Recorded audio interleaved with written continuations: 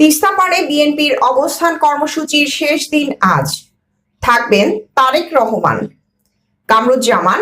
আলোকিত news desk. তিস্তার পানির ন্যায্য হিস্সা ও খনন প্রকল্প বাস্তবায়নের দাবিতে উত্তরের 5 জেলায় 48 ঘন্টার অবস্থান কর্মসূচির শেষ দিন আজ মঙ্গলবার। চলছে নানা কর্মসূচি। লালমনিরহাটের তিস্তা পয়েন্টের সেতু থেকে রংপুরের কাউনিয়া পর্যন্ত গণপদযাত্রা অনুষ্ঠিত হবে। আজ দুপুর 12টায় তিস্তার পানিতে নেমে প্লে কার্ড প্রদর্শন ও সঙ্গীত পরিবেশন করা হবে।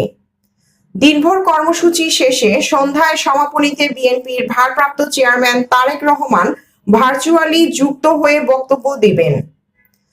গতকাল সোমবার দুপুরে তিস্তা নদী রক্ষা আন্দোলন কমিটির ব্যানারে তিস্তা নদী পাড়ের 11 জায়গায় একযোগে এই কর্মসূচি শুরু হয়।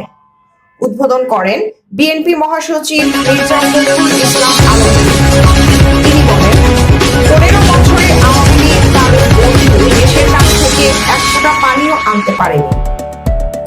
তিস্তা পাড়ের মানুষ এ আন্দোলনে অংশ নিয়ে নদীটির করুণ কাহিনী বিশ্ববাসীর সামনে তুলে ধরতে চান পানির ন্যায্য হিস্সা সহ তিস্তায় বাঁধ ও খনন।